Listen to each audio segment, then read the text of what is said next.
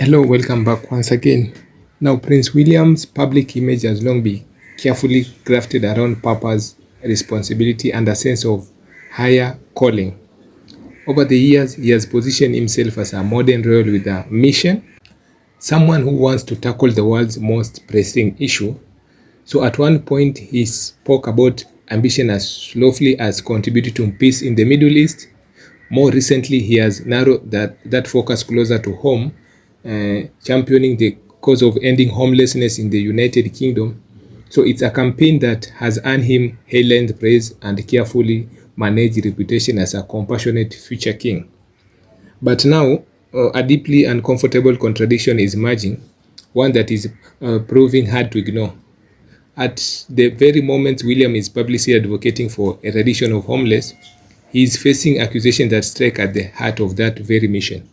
Reports and criticism have begun circulating that families are being displaced from land tied to royal estate, with claims that these evictions are tied to financial decision and land sales. So the optics are jarring.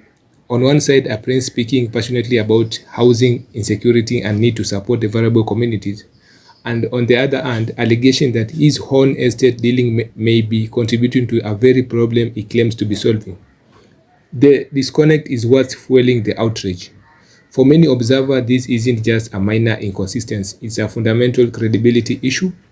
So when someone in a position of immense inherited power speaks about social justice, issues like homelessness, there's an expectation that their action will align with their words. So in William's case, critics argue that alignment appears to be missing. Instead, what they are seeing is a continuation of century-old system in which vast amount of lands are controlled by privileged few, while ordinary people struggle to secure stable housing. The criticism becomes even sharper when considering the nature of royal land ownership itself, because much of the land associated with monarchy, including estate tied to the Dutch of Cornwall, is historically rooted in systems date back hundreds of years. So critics argue that this land was never earned in a modern sense but inherited through structure that excluded the very people now being affected. So when families are reportedly pushed off such land for financial gain, it raises a deeper question about legitimacy and fairness. Who really owns the land? That question is no longer theoretically.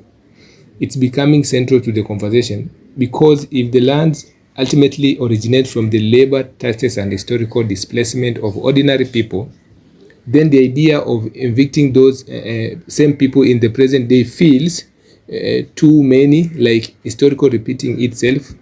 So the irony is difficult to miss.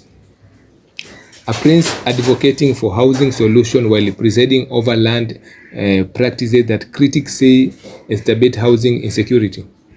And in the age of digital transparency, this contradiction doesn't stay hidden for long. So social media has amplified the backlash, with commentators pointing out the stark contrast between William's public campaign and the accusations surrounding estate management. The narrative of a forward-thinking royal committed to social good begins to fracture under scrutiny.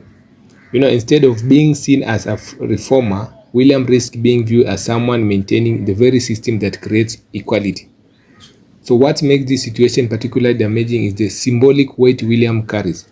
The future king, his actions are not just personal, they are representative of the institution itself.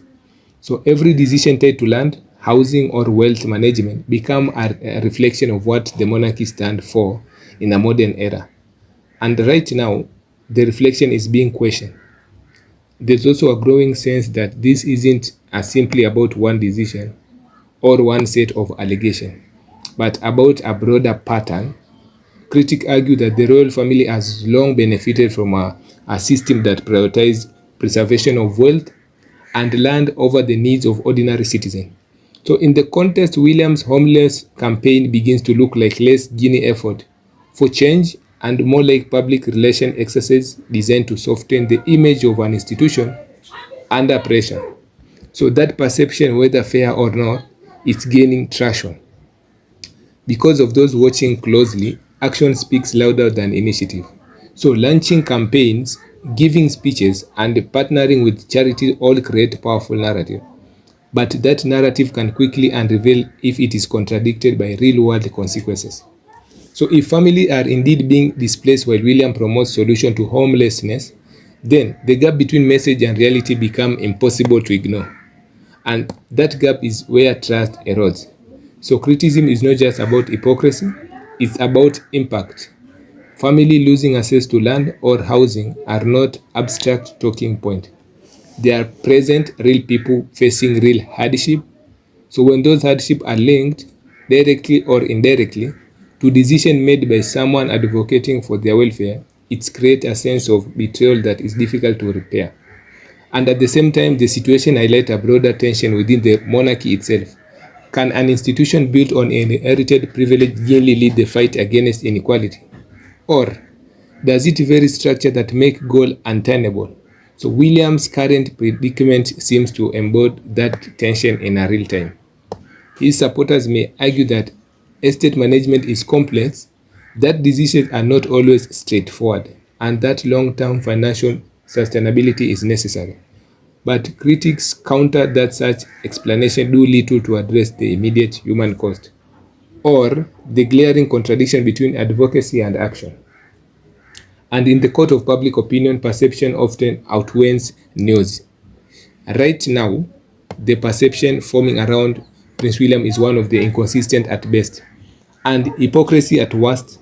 A man who once spoke about global peace now finds himself embroiled in a very grounded, very tangible controversy, one that directly affects people's homes and livelihoods. It is not a distant geopolitical issue or abstract policy debate. So it's about land, power, and who gets to stay and who is forced to leave. And that's what makes this moment so significant because it cuts through the carefully curated image and force a more uncomfortable conversation about responsibility and accountability. So if William truly intends to be seen as a leader on issues like homelessness, then the expectation placed on him will only grow.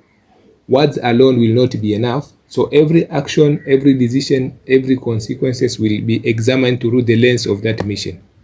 And right now, that lens is not flattering. The irony remains impossible to ignore. A prince advocating for the end of homelessness while facing accusation of contributing to it. So whether those claims are fully substantiated or still unfolding, the damage to his public image is already taking shape. So for many, the question is no longer about what William says, but about what he does. Because in the end, credibility of mission depends on consistency. And without it, even the most well-intentioned campaign can begin to look like something else entirely.